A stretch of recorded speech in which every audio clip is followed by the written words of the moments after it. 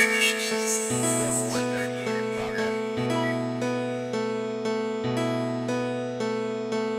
is a dangerous groups that we're dealing with now.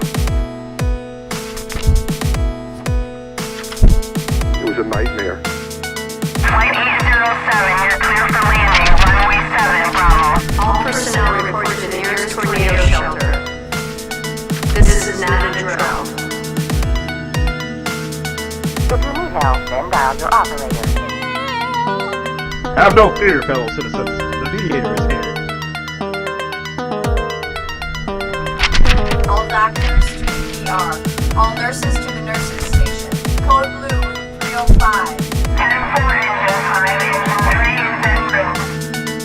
Shots fired, shots fired. Officer down. I repeat, officer down. 911, what's your emergency? Backup is en route.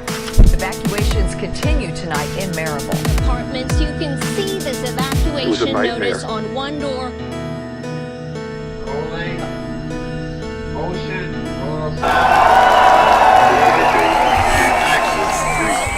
Welcome to this week's edition of The Mediator. It's me, your host, Brian West.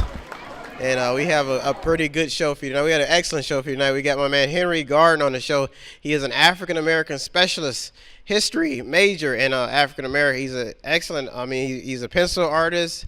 He does comic books for just African-American characters. Very inspirational person. I'm proud to have him on the show. Historian, a very in the academic field of African Americans. And we also have a skit as usual. And me, like I said, me. That's excellent. We're gonna get to let me introduce you to the format of The Mediator. This is a show where I go through some of the stories that made it throughout the month or the past month, so people can get an idea of what's going on in the news. Now, I add a little bit of jokes to it, so I'm going to get to the top 8 stories that made it into The Mediator this week. All right, story number 1. Scientists have exceeded Einstein's expectations.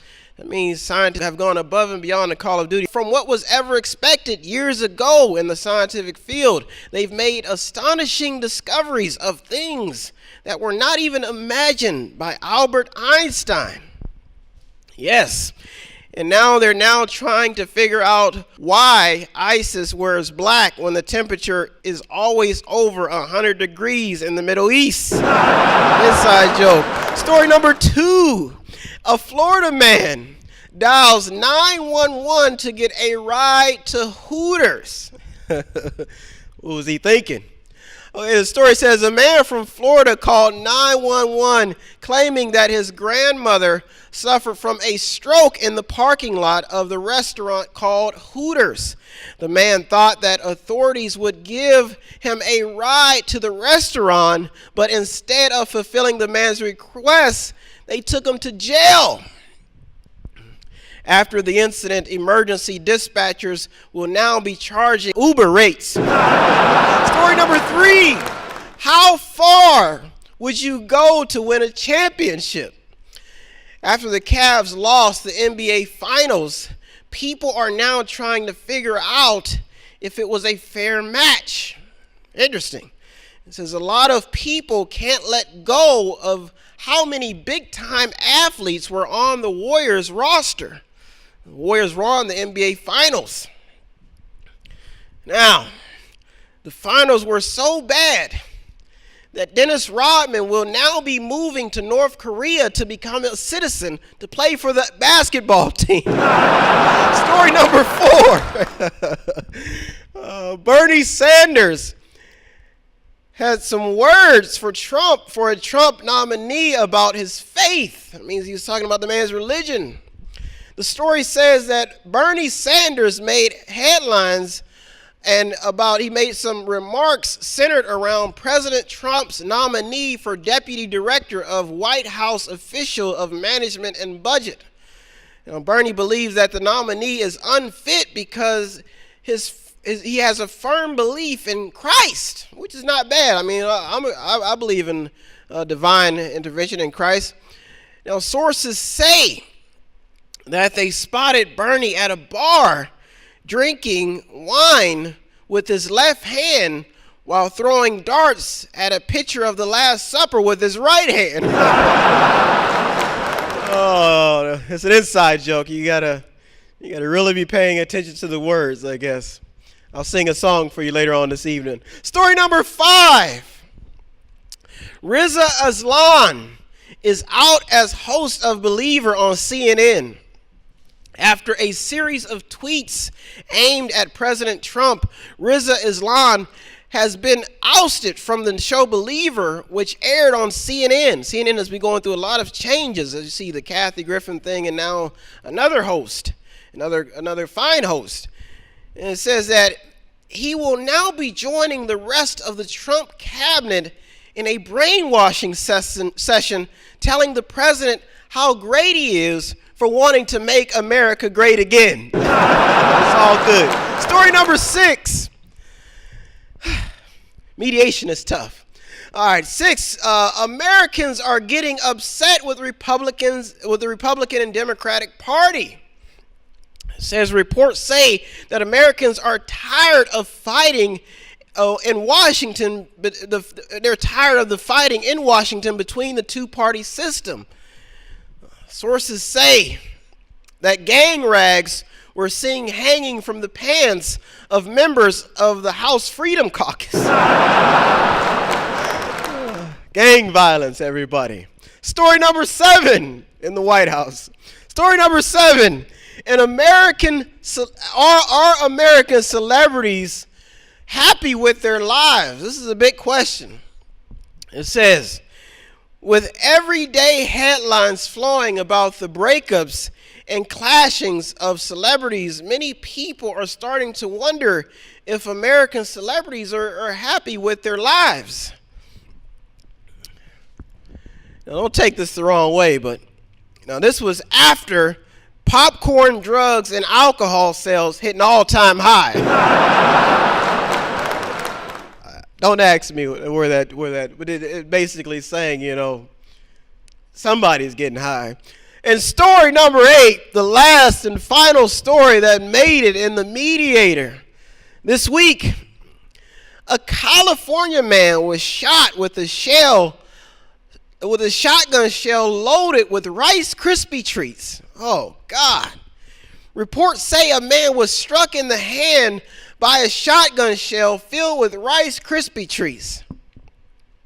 Now, after a report, the NRA says that they will be displaying the shooter on the next Wheaties box cover. I want to thank you so much. We'll be right back after this break with our guest, Henry Garden. I want to thank you for tuning to The Mediator. We'll be right back with me, your host, Brian West. Don't turn that dial. We'll be right back in The Mediator with Brian West, everybody.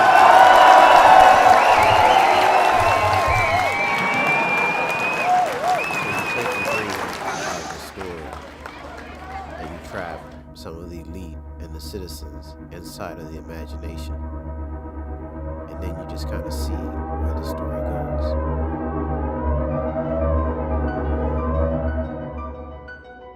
You've taken these people and put them in a fake reality. What are you doing? You must guard the citizens with your life. I have a feeling that Mother Time has started a war. The Lord of Escobar interfered. Every elite is going straight to hell. How did we get here? I think you're crazy. You've always been a little bit crazy. Why do you think humans sleep so much? Wait till after the second moon. I will not have some boy with an imagination ruin my time. No, we have lost everybody. The imagination is our biggest weapon. Do you think they die?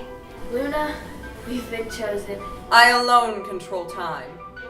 Dreams are my enemy. We don't even know where we are right now. Would you stop asking me so many questions? How do I find my son?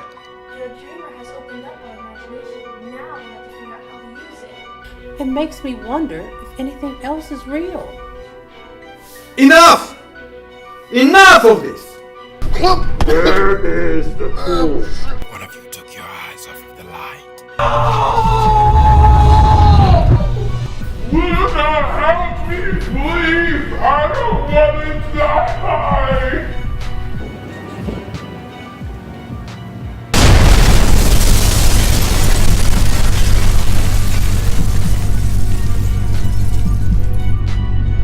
So what do we do now? I don't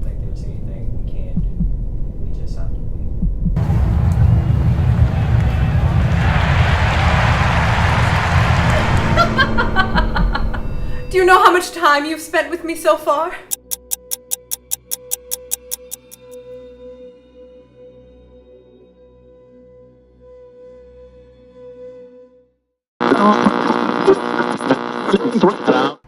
Ladies and gentlemen, this next guest I have coming on is a specialist in not only African American history, but various types of just the culture within this country, the past and some of the present. He is a pencil artist.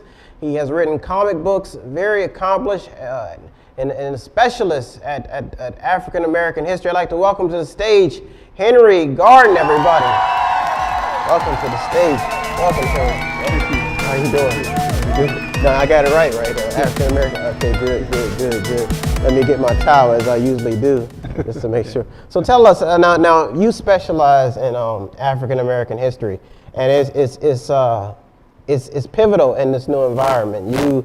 You do comic books and you do a pencil art. So tell us a little bit about yourself. Tell us a little bit about what you're into. Well, I'm a pencil artist.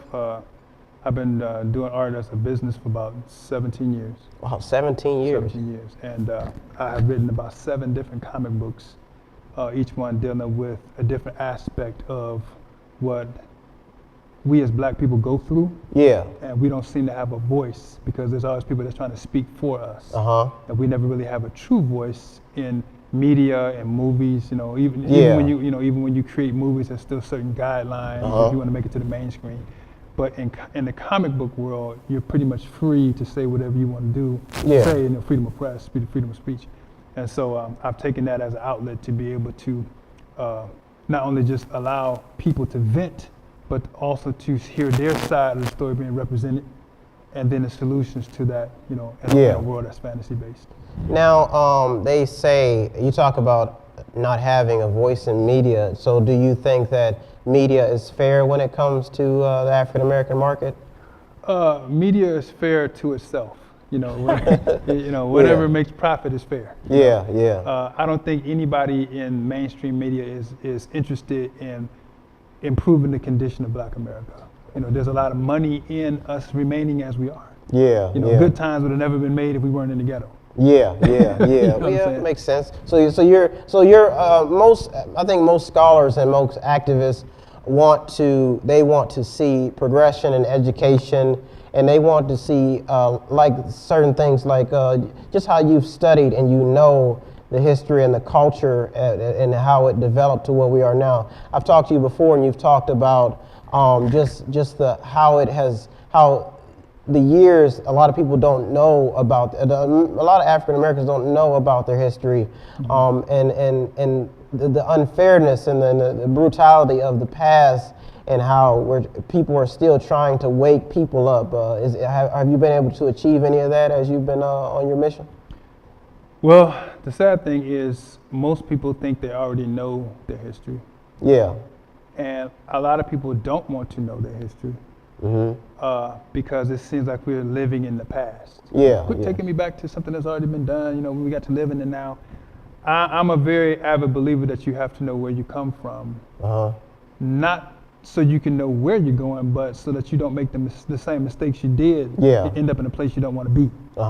And looking back on history does have its good points. But we need to be forging for a future. Where do we go from here? Makes sense. You use your history as a springboard to do better. Not to do the same things as your ancestors did, but to do better than your ancestors did, to build on what they did. So I'm assuming you're not pleased with the route that most African Americans have been taking. I'm not pleased with the route that Black America has taken, period. I'm sure you probably have a lot of advocates. When you talk about, I think I've heard a few scholars, they're upset about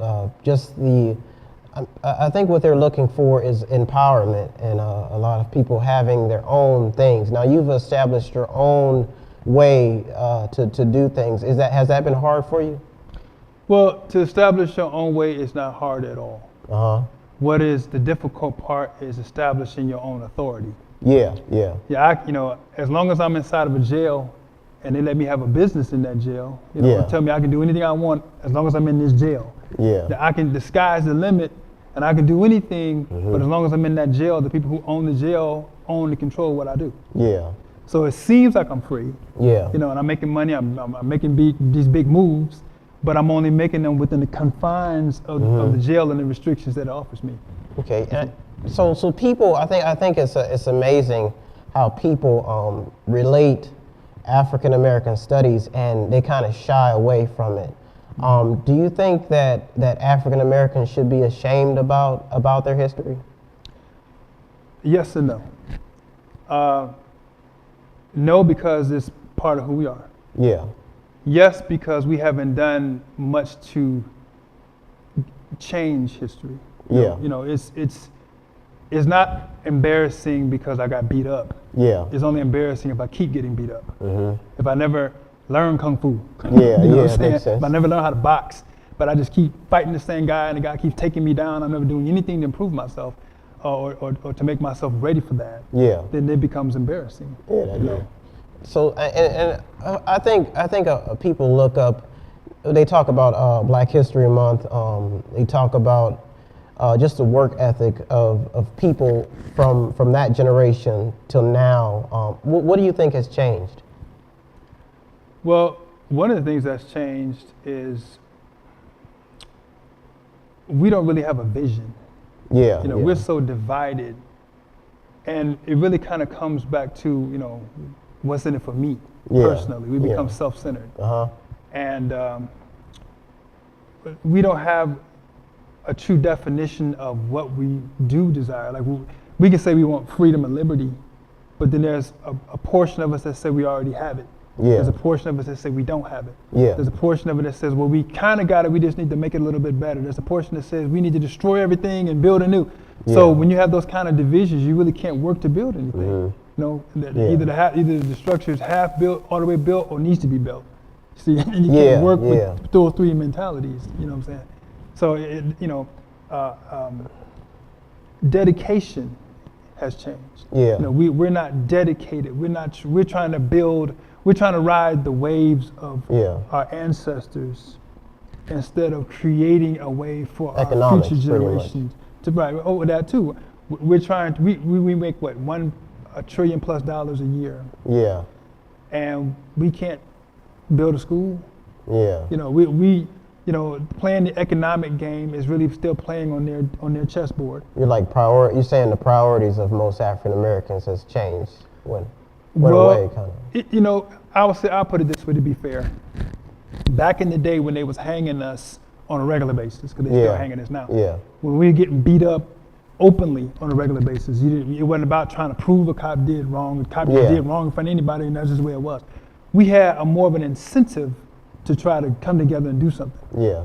But now we've learned, we haven't decided to break free. We decided to try to blend in and negotiate with the people who want to oppress us. Yeah, yeah. So now we're negotiating, we're trying to make friends, we're trying to play nice. And you know, we're marching, trying to get people to treat us better. Yeah. See, that's not the way it's supposed to be. Okay, now I've always been an advocate for education. Now you've written comic books and you've centered your characters around actual factual biblical scripture about some of them. Some of them. Mm-hmm. So that's kind of unique. Now, could you tell us a little bit? I know you'll be reading for us, so tell us a little bit about your work. Well, one of the comics, the hero is named the Angel Black. He's basically a big muscle-bound black angel that came down from heaven to try to help the black community. Yeah. And so he calls for a meeting, and all the different people from all walks of life show up in this big warehouse. Yeah. And while he's up there trying to explain to them who they are, these basically demonic beings that plague the black community show up to try to stop him from delivering the message. Amazing. One of them is called Genocide Black. Mm-hmm. And basically what he does is he influences black people to kill themselves. Yeah. So he's pretty much the comic relief in the comic book, because the stuff that he says shows us how ridiculous it is for us to be actually attacking ourselves over shoes, over color. Of all things, we're attacking people over color. Mm-hmm. You're black, and you yellow. You know, I mean, we haven't grown outside of that plantation thinking. When they used to pit the dark skin against the light skin. We read about it, we know about it, and that's one of the most disheartening things about trying to reach our people, is that there's really not too much you can tell them sometimes that they don't already know. Yeah. It's just that they know it, but they still fall for the same stuff all the time. You're just looking for some type of growth and empowerment. Growth, empowerment, but more so action. Action. We got walking encyclopedias. We got people who can tell you whether you believe we come from Africa or whether you believe we come from Israel. Yeah. They can tell you all the history, but they're not making no history. Yeah. And that's what I want to do. I want to make a difference. I want to actually lead the people into something, because you're not a leader unless you're leading the people. You got to be moving yourself. Get them into it. For people to follow. You just can't be sitting there at a podium and on a YouTube page. But that's great though, because people. I mean, I've always realized that it's hard to find people who want to do the right thing, and so it's almost like everybody makes they're giving away scholarships, they're giving away things for people to make it. So when we come back, Henry is gonna perform. He's gonna read some of his work from his book. What's your comic book called? The Island of Yehuda. Okay, perfect. He's gonna read some of his comic book, and he's also gonna show you. Put some. You got some artwork down there. I got one self-portrait. One self-portrait. The pencil artist. Do you have a contact? How can people get in contact with you? My email is Henry Garden Art. Yeah. HenryGarden. Are you on Facebook? Art, yes. Okay. If you want to find him on Facebook, Henry Garden, we'll be right back. Henry's going to perform some poetry for us. You are in The Mediator, The Late Show with Brian West. We'll be right back after this break. If it was up to me, Williams, she'd be in the box right now. There's no evidence that points to Daniels. Everything in this case points away from him. I know he did this. I think he's hiding with someone on the force. If West did something, he would turn himself in. He did this to even the score. No man just kills his little girl. Why do they want me out of the picture? You were there. They saw you run out of the house. I'm telling you, West is not the killer. I can feel it. If innocent, why run? It sounds to me like we have some mistakes on the force. They want to take over the force, West. They want it all. If you push off the good cops, then you're one step closer to the king. Something big is going on. If there's been a bomb that has been dropped, we have to come up with a defense plan quick. All we have right now are suspects. Now we need to start getting some faces so we can fight back. If someone killed your daughter, what would you do?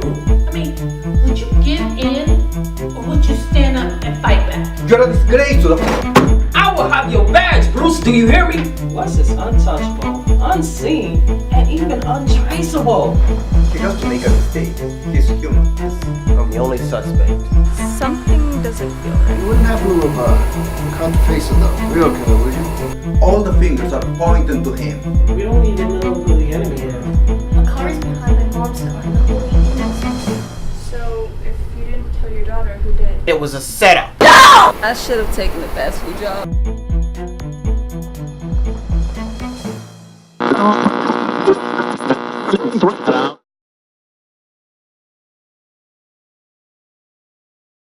So tell us how it feels to be a champion. Well, it feels great. I finally did it. This is my title. I spent my whole life waiting for this moment. So tell us, what baby food did your mother feed you? What? Sir, I need to know, were you breastfed? How long, if you were breastfed? Are you insane? I don't know what my mother fed me when I was a baby. It was probably cow milk. Did she boil it, sir? What does that have to do with the game? So just tell us how it feels to feel what you're feeling. How does it feel to feel what I'm feeling? What kind of question is that? Did you swear to your child to get her a Powerball for her birthday? Listen. Enough with your crap, Jane. I know your name. I know what type of reporter you are. Listen, why don't you ask me about my greatness? Ask me about my 3-point percentage or something. Not these crazy questions about my feelings and breast milk. Did you have to pay for lunch when you went to public school? That's it. I'm out of here. How about that? I'll take the fine. I'm out of here. Would you get out of my face? Get that camera out of here. We are back, and we got my man Henry Garden. He's going to talk about the comic book a little bit, and then he's going to just read a little piece, a little segment of it, so people can get the idea. Now, for people who don't know, there are a lot of artists who are out there, and Henry's representing a field of, I mean, there's so many talented artists out there, and Henry specializes in this. So it's grateful. Like I said, I thank you so much for coming on the show. No problem. Now go ahead and tell us what is the comic book about? Well, this is the latest comic book. It's called The Island of Yehuda. It is basically a story about a black Hebrew king. It's called Yehuda because in Hebrew there's no J's. Yeah. So it's really it's the island of Judah. More people are familiar with the word Judah, but it's really pronounced Yehuda. Yeah. And that's his name. Mm-hmm. He's the king. He's one of the kings from the line of Judah. Yeah. And he comes to America to help black people with their problems. Yeah. And he's on a talk show and everybody's giving their spiel, whether they're scientists or militant blacks or whatever, or Christians or whatever. And he's quiet, and they asked him, okay, what is your solution to the problem? Yeah. And he says, we need to go somewhere where there has been no oppression and start anew. And the people say, well, there is no such place. And he That's says, amazing. yes, there is. I purchased an island. Oh, wow. So he buys an island, and he invites all black people from all walks of life, regardless of what your hangups are, no matter what your bondages are, to come over and build anew in this jungle. Yeah, and you did all this yourself, the illustration, and everything. The illustration, that is amazing. The writing, the story, everything. Read. Let's hear one. I mean, you just read one verse, maybe something out of the. Wow, look how in depth that is. Yeah, we do a lot of detail in. That is amazing, and you do all. Yeah, that's pretty good.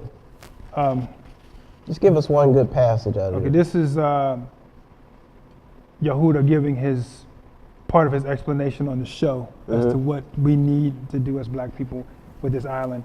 It should be clear to you that slavery never ended. It was simply installed within your genetics in order to produce certain behaviors. The very atmosphere of this country serves as a genetic trigger that activates behaviors within you that are profitable to others but destructive to yourselves. Your only experience with success has been under a white power structure, and you have been genetically altered to be okay with that. Wow. So he wants to correct all those things. That's deep. That's pretty good. I mean, it's amazing how the mind can work to bring people out of certain situations. And I think the main thing is an awakening, and I think that's mainly what a lot of people need. And it's not just going on I don't think it's just going on in Africa. I think it's going on with a lot of people. They need to, like, they always talk about owning your own stuff, like, and going out and developing your own product for people to invest in. And I hope, like I said, I'm pretty sure people pick up books all the time. I mean, do you got a following, or I mean, how do people?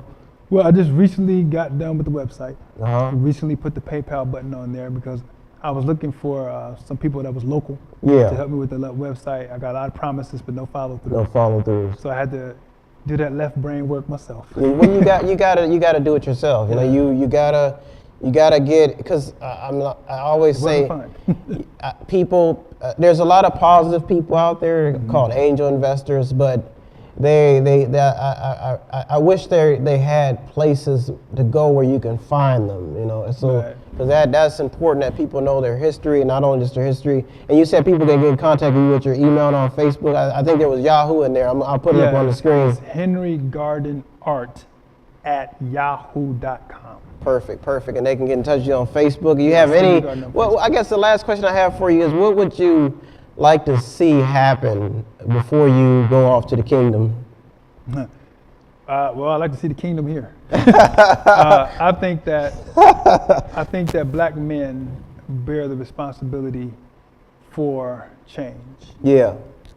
We're lifting up the black woman, and we're saying she's God and goddesses and everything else, but ultimately, the soldiers and the people who have to make a difference and make a stand is the black man. Absolutely. And if the black man does not prepare, and stop refusing to deal with the elephant in the middle of the room. Yeah. There are forces that are surrounding not just this country, not just this country's so-called democracy, but us as a people. There are forces that are surrounding us every day, getting tighter and tighter and tighter, and we need to prepare ourselves to deal with that. Yeah. And as long as we keep thinking that we're just going to be quiet and let it blow over, or that we can make friends, or we can negotiate our way out of it, we're going to go down. Yeah. No. Well, I want to thank you for coming on the show. Thank Henry and all of our Method 8 network out there. If you want to sponsor us in any way, or you want to show some support, go to our website, click on something, buy something, watch something, or read something. And please don't forget to subscribe to our YouTube channel, or the show comes on every Sunday night, 12 o'clock. I want to thank you so much for tuning in, and I want to thank Henry once again, for coming on the show. I thank you so much for inspiring. I've seen a lot in my lifetime. I'm sure you have too. But we still have a long way to go to the promised land. I'm not even going to talk to you about politics. I didn't even, as you can see, I don't want to do it. I don't want to do it. You seem like you got the right mindset, and you got a goal and a vision. Anytime people get political, I've never seen too much good come out of it. So I want to thank you so much for tuning to The Mediator with Brian West. Have a good week, everybody.